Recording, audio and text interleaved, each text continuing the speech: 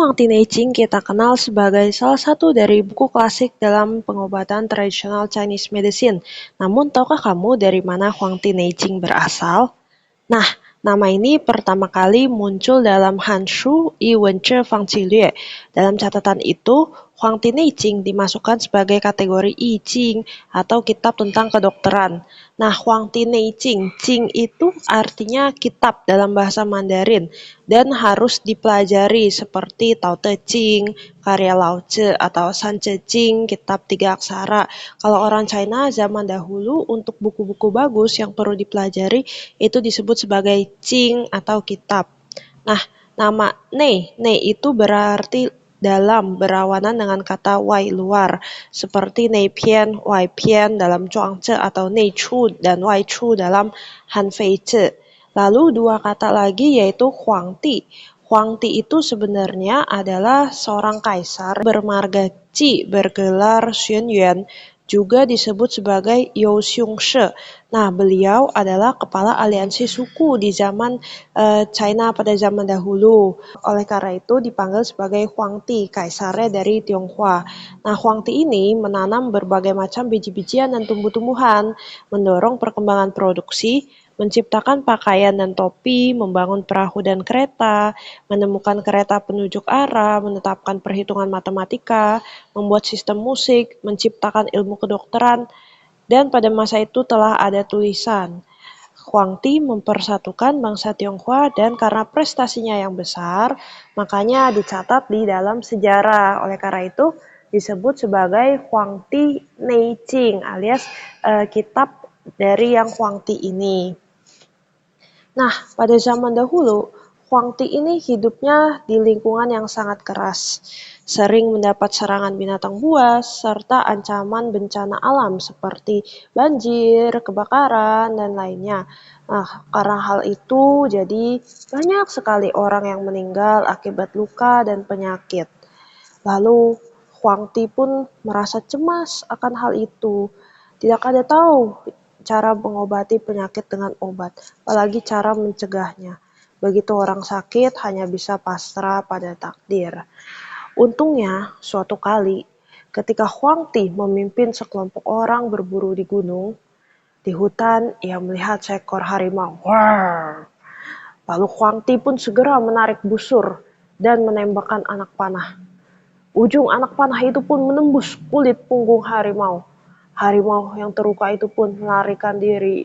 Ya, beberapa hari kemudian, anehnya, seorang penebang kayu yang turun dari gunung menemukan harimau yang terluka tersebut. Ternyata harimau ini sedang bersembunyi di hutan dan ia mengunyah sejenis rumput yang berdaun panjang. Setelah mengunyah, ia menjilat lukanya di punggung. Dan hebatnya, luka di punggung harimau itu pun menjadi tidak ada darah dan juga tidak bernanah. Huangti mendengar kejadian aneh ini, segera memerintahkan bawahannya untuk melihat dan berulang kali menegaskan agar tidak membunuh harimau tersebut. Dan setelah kembali, bawahannya melapor. Lapor, Baginda. Harimau yang terluka itu memakan rumput berdaun panjang ini. Lukanya tidak hanya tidak berdarah, tetapi juga perlahan sembuh. Huangti pun merenung sejenak, lalu memerintahkan orang untuk mengumpulkan rumput berdaun panjang yang dimakan harimau itu. Khusus diberikan kepada anggota suku yang terluka dan berdarah. Ternyata, orang yang memakannya segera pendarahannya berhenti dan rasa sakitnya berkurang. Dari peristiwa ini, Huangti sangat terinspirasi. Ia tahu bahwa ternyata di alam terdapat banyak hal yang bisa digunakan untuk mengobati penyakit. Maka ia memerintahkan Lei Kung dan Cipo untuk mengamati dan mencatat secara rinci hewan, burung, tumbuhan, dan pepohonan di alam. Lalu juga memerintahkannya untuk melakukan penelitian dan percobaan sampai akhirnya memastikan bahan apa yang dapat mengobati penyakit tertentu. Selain itu, Huangti menyusunnya secara resmi. Dan inilah catatan medis dan buku herbal paling awal di Tiongkok. Huangti Neijing ya, catatan atau kitab dari Huangti ini. Nah, kitab Huangti Neijing ini juga disebut sebagai kitab Qi Huang karena Huangti Neijing di dalamnya itu ada banyak sekali dialog antara Kaisar Huangti dengan Qi Po, Pokau, Leikung, dan para menteri lainnya, tapi terutama itu dengan Qi Po. Jadi disebut sebagai kitab Qi Huang karena Qi itu dari Qi Po, Huang itu Huangti ya. Atau bahasa Mandarinnya Qi Huang Zhejing atau buku tentang dari Huangti dan Qi Po. Nah, kemudian menjadi terkenal dan sebagai dasar untuk pengobatan Chinese medicine. Nah, sebenarnya siapa itu Qi Po? Qi Po itu sebenarnya adalah orang yang satu zaman dengan Huangti. Beliau itu sangat dihormati karena dia disebut sebagai nenek moyang pengobatan Tiongkok, guru langit, dan lainnya. Qi Po ini sejak kecil sudah memiliki cita-cita besar, pandai berpikir, suka mengamati matahari, bulan, bintang, angin, cuaca, panas dingin, gunung, sungai, tumbuhan, dan fenomena alam lainnya.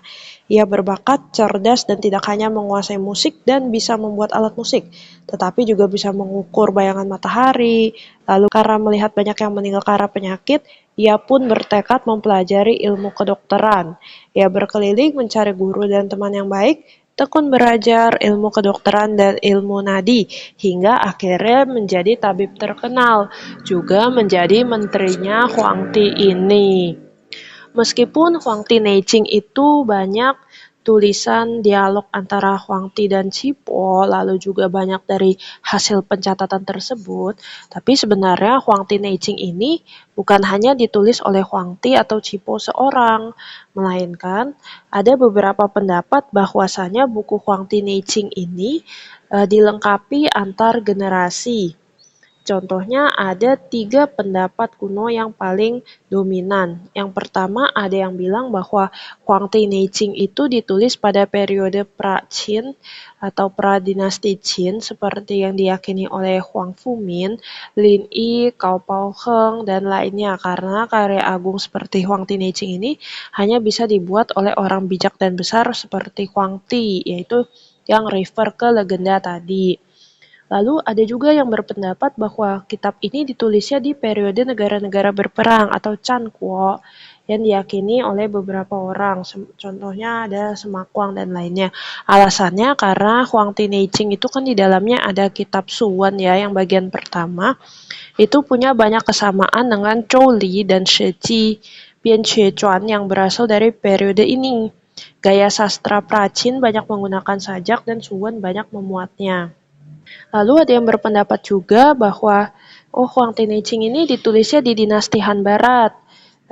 Tapi alasannya karena Huangti Neijing itu berjumlah sekitar 200.000 karakter dan membutuhkan lingkungan stabil serta sumber daya yang besar dan hanya mungkin ditulis pada masa Han Barat.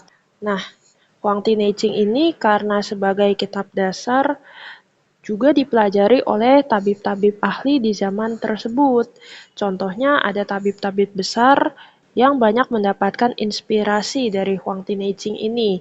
Ada tabib Hua Tuo, Zhang Chongqing, Sun Semiao, Liu Wansu, Li Shizhen, dan lainnya. Mereka mempelajari dan mengembangkan aliran medis mereka dari bantuan kitab ini. Hua Tuo itu kalau kita mau tahu adalah bapak bedah.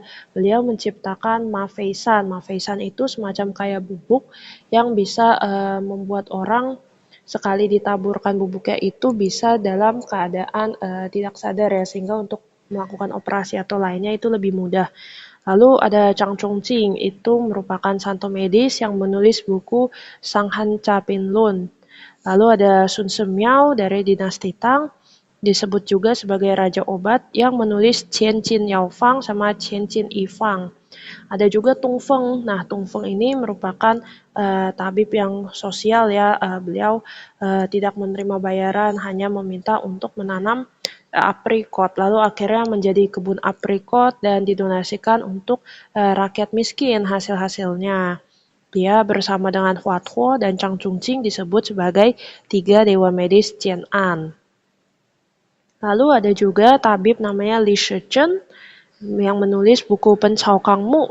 dan tabib Liu Wansu yang merupakan salah satu dari 4 tokoh besar Qin Yuan. Beliau juga merupakan ahli pernapasan dan menulis buku Su Wen Xuan Qi Yuan Ping Shi. Jadi dari kitab Huang Ti Ching ini sudah banyak melahirkan tabib-tabib terkenal tersebut. Karena itu, yuk mari kita membaca bersama buku Huang Ti Ching ini dan mendapatkan manfaat untuk kesehatan kita.